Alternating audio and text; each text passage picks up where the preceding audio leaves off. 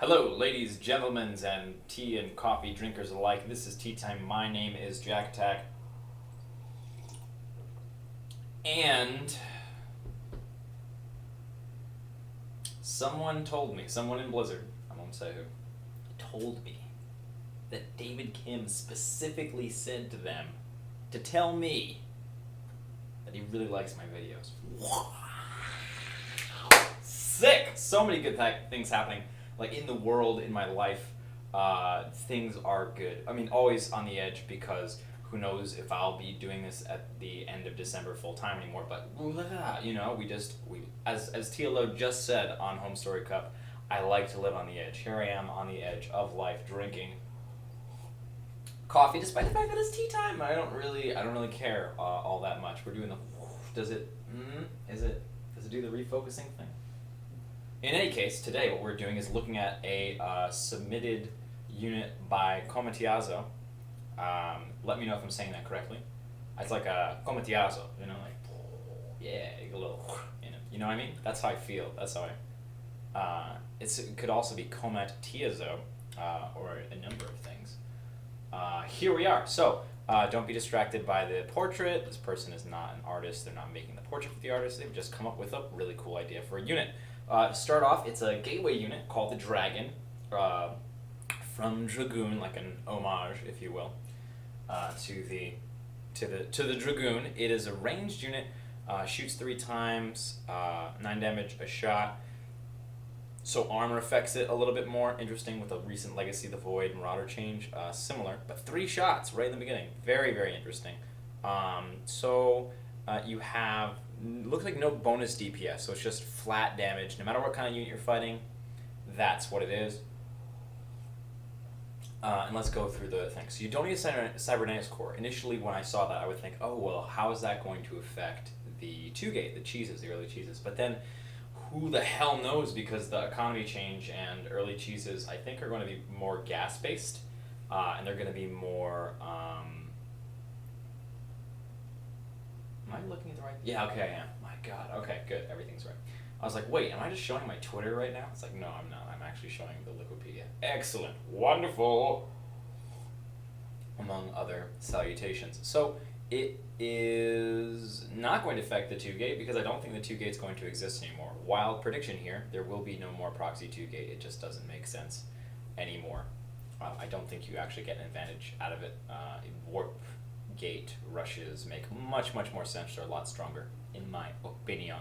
So, yes. So, tactical micro-focus raider, good for early game harassed and mid-game support. This is something that I will call prescribing. I'm not a big fan of the idea of prescribing a role for a unit. Because I think that like the game is too complex for anyone to be like, oh, this is what this unit will do. Like, the Baneling will counter the Marine. It's like, well, it's become a lot more complex than that. Initially, that's what it was, but we sort of moved on from that, and it's more complex. So I'm going to focus more on the design aspects and try to stay away from these ideas of prescribing what the unit should be. Base speed, best speed of the starting units besides Stalkers, and later Speedlings. So this isn't exactly true because 2.25 is standard speed. Most units in StarCraft 2 have a speed of 2.25. That's considered slow by most people. If they see it, like the Hydralisk off creep without a speed upgrade is a speed of 2.25. Most people consider 2.25 to be a pretty slow speed, but that is the most common speed. At least in Heart of the Swarm, I didn't check common speeds in Legacy of the Void, because they did speed up a lot of stuff, and they gave a lot of stuff speed upgrades as well. Very nice. So, yeah, so is it really, it's not faster than the Zergling, because the Zergling is 2.95 without speed. So, not 100% sure about this, might be a little bit of an oversight, or it might have to do with shield phase, which we're going to talk about in a second. The Dragon can maneuver in and out of conflict with the aid of its speed and active ability, but 1 or 2 of its counter units will chase them away, no problem. Again, it's kind of like prescription type of thing. Oh yes, a unit. We will prescribe that this unit will counter this unit. These are the counter units for this unit that I'm developing. It's, I I think that the development team is kind of getting away from that idea of like, oh, this unit counters this unit, but more like this unit is fun and has cool ideas. I'm gonna try not to repeat myself too much. I do have a tendency to do that when I'm excited. I am excited right now, and probably will be for at least the rest of the month, just from the BlizzCon hype and everything else, and we'll see if it continues to carry on. It might. This might be the new high energy me. I'm liking it. So, shield phase, really interesting, tactical, fun idea. This is what I'm talking about. This is what I love. So for 4 seconds, it moves faster, it regenerates shield faster, and it begins regenerating immediately and cloak. So for those of you who aren't familiar with shield regeneration, the way that it works is you have to be out of combat for a certain amount of time before it kicks in. This would cancel that sort of delay and start regenerating immediately, in addition to regenerating, I think, twice as fast. Not 100% sure. And it also cloaks. That's kind of weird to me because, like, okay, it cloaks, so there's not a whole lot you can do about it because it's, as far as the early game goes, because you don't have any detection. And doing something like getting a spore cannon or a scan is a really, really big investment, especially because it has all that speed. So, like, say you scan, it's just going to boost out of there, you know? Actually, it's already boosting. I'm not really 100% sure about that. I think it's a cool idea, though. I think it gives the unit strength, but not forever strength, you know? So I think that it's okay that in the beginning of the game, nothing can detect it reasonably without a ridiculous investment. And you sort of have to, as the player playing against the dragons, have to say, okay, he's coming in, here's the cloak, I position, and the cloak is done, kill him off. Not 100% sure how they'll work out, but I'm so interested in like throwing that into Legacy of the Void and seeing what would happen. I think that would be really fun to play with. And then speed increase, obviously, is a speed increase. A little bit more prescription over here. Okay, so for 4 seconds, it gets double speed for shield regen, and cloak. Okay, and then the move speed increases by 1, so 3.5 speed. Oh, right, it says it right there. Speeding has a 4.7 off creep. So, pretty fast during those 4 seconds, and it has a 24-second cooldown, so you have to, for sure, be like, okay, this is the moment that I want to use this, and I can't use it for a while. I think that it has a longer cooldown like that really makes it a sort of important decision of when to go, which is fun, and it also makes it sort of, for your opponent, like, he's out of juice for this amount of time. Especially playing against Zerg, you know, you do that, 4-second boost, and then for 24 seconds, all the Zerglings can come and destroy you, to some extent. Keep in mind, this is not a Zealot. You're looking at the portrait, it might mess you up. It's not. It's a ranged unit. It's a ranged unit. The range is 3, can be upgraded to 5. So range 3 is the original range of the Roach. The Roach is currently at 4 range. But yeah, range 3 is the original one of the Roach, so get a feel of that. So it's kind of a short range, scrappy, move in, do some damage, get out. Very Reaper-like in that. It's like a Reaper with way more damage. And a little bit less passive, so it's like, it's not always fast, it's sometimes fast, so you have to make the decision. I love decisions and micro. I love when there's more micro and there's more decisions that have to be made, because I think that allows players to show their skill, among other things. It's not a super visual way to show player skill, but I think it is cool.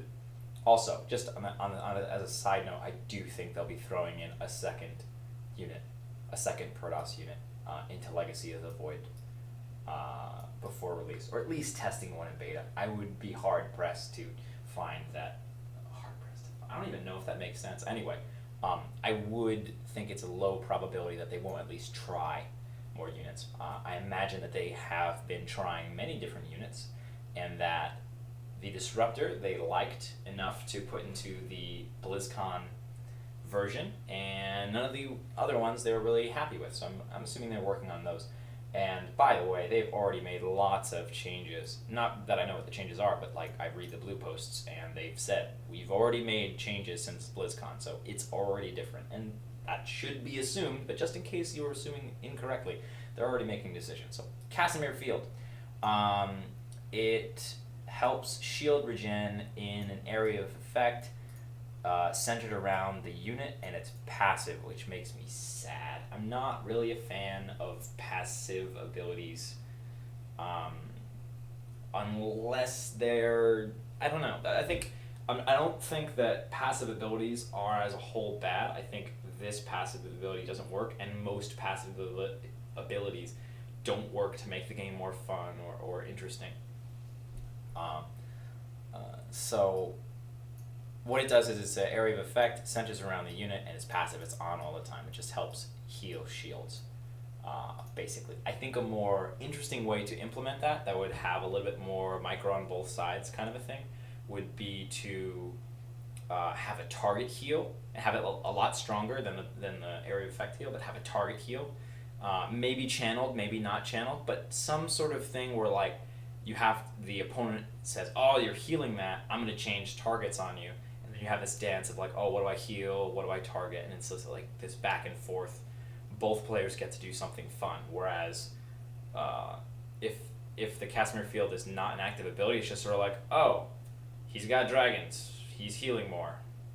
Good to know. It's not, doesn't really promote any sort of fun stuff. This is a really cool, I like this range upgrade, 3 to 5. It puts them in a nice little position between the Zealots Archon like front line and then the back line of like the Stalkers and things like that of the army. It also makes sense if you have an area of effect ability that centers around a unit that you want the range to be in the center of the pack, so it just sort of naturally ends up in the middle of the units. Kind of cool. I like that. I like the idea of increasing the range so that it's not too strong in the beginning of the game, but then once you get the upgrade, it becomes stronger. I'm not 100% sure the requirements for this, but 50-50 I think is pretty low for an upgrade. It's like Warpgate, and funnily enough, it's 50-50. It's like, it's just an upgrade that you get. It's not really too much of a decision. There's not anything you have to sacrifice for except 50 minerals and 50 gas, which is like almost nothing. You know, it's like, it's not, ooh, when am I gonna get void lenses? You know, it's like, I gotta time it right. I gotta make sure I get it at the right time. If I get it too early, I'll be 1 century short at the critical time. You know, there's some kind of decision making I think that runs into when you get to at least 100 gas. But, you know, details, small details, you know, big overarching things are what's interesting. Now, the other thing that the Casimir Field does is gives the dragon another attack, which is cool. I really like the idea of a unit that does multiple attacks at once. It's kind of cool because it plays with that. If you have a really armored unit, it will do well against it. Kind of a thing. So it's not like buffed to armor units or minus to this, but it's sort of like, okay, you know, these upgrades will matter more. It's kind of, I think it's kind of interesting. I'm not really 100% fleshed out on that. And this is all, like, this I think encapsulates the idea of prescribing as far as design is concerned for units in StarCraft. Like, this is a section that's like built into the unit section of all the stuff in Liquipedia that says, you know, I should have turned ad block on. I meant to. All right, phones starting free from AT&T. Free advertisement for them. So there is no competitive use for this unit because it doesn't exist yet. So this is all prediction and prescription. Like, this is how it will work. And I don't think that is the way to go about doing things.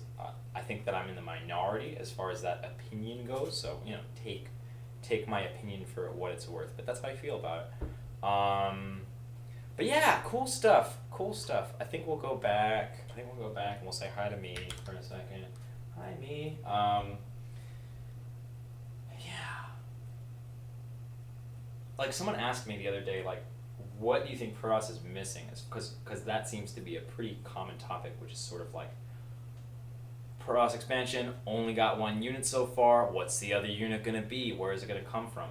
My prediction initially was that we were going to get a Protoss unit, not Protoss unit, of course, a Robo unit. I was like, okay, the Robo's kind of lacking. I think there'll be a Robo unit in there, and then we'll be 5, 5, and 5 for the 3 production buildings. I was so happy that they didn't add anything to Larva for Zerg. They made them morphs, so the Ravager and the Lurker are both morphs, which is so cool and interesting and fantastic, and really makes hotkeys awesome, because we don't have more than 12 Larva abilities, because 12 is enough. Technically you can fit 3 more in the command card, but it's just like, man, is that shitty. But yeah, so it's like, what does Protoss need? And I don't know. I don't have an answer for that. I really don't. I've been trying to think about that because I feel like I got invited to talk on the late game yesterday, and it looks like they're pushing the episode next week. So probably going to talk about a bunch of Legacy of the Void stuff in the late game with Lycangrope and some other folk. And intentional rhyming is the best. Yeah. So I don't know. What do you think? Because this is actually a weird thing with me. Tangent. This is a weird thing with me. Like, I am really, really bad at making jokes with no context, and thinking about things with no humans around. Like, I need to, like, for me to run efficiently as a human being, I need people, like, to bounce ideas off of and talk to. And then once I get going, like, all right, cool, this is happening, that's happening. But if, like, it's just me, I'm just like, like, writing a joke. I've thought about that too. It's sort of just like, how can I just sit here and write a joke? Like, say something that's funny, like, from the beginning to the end without any, like, people to bounce off of. Like, someone says something and I figure out something to say off of that which might be funny, and, like, I find out if it's funny or not when people laugh or don't laugh. That's something that's always been tricky for me. So, you there, the camera, on the YouTubes. What do you think? What do you think Protoss is missing right now?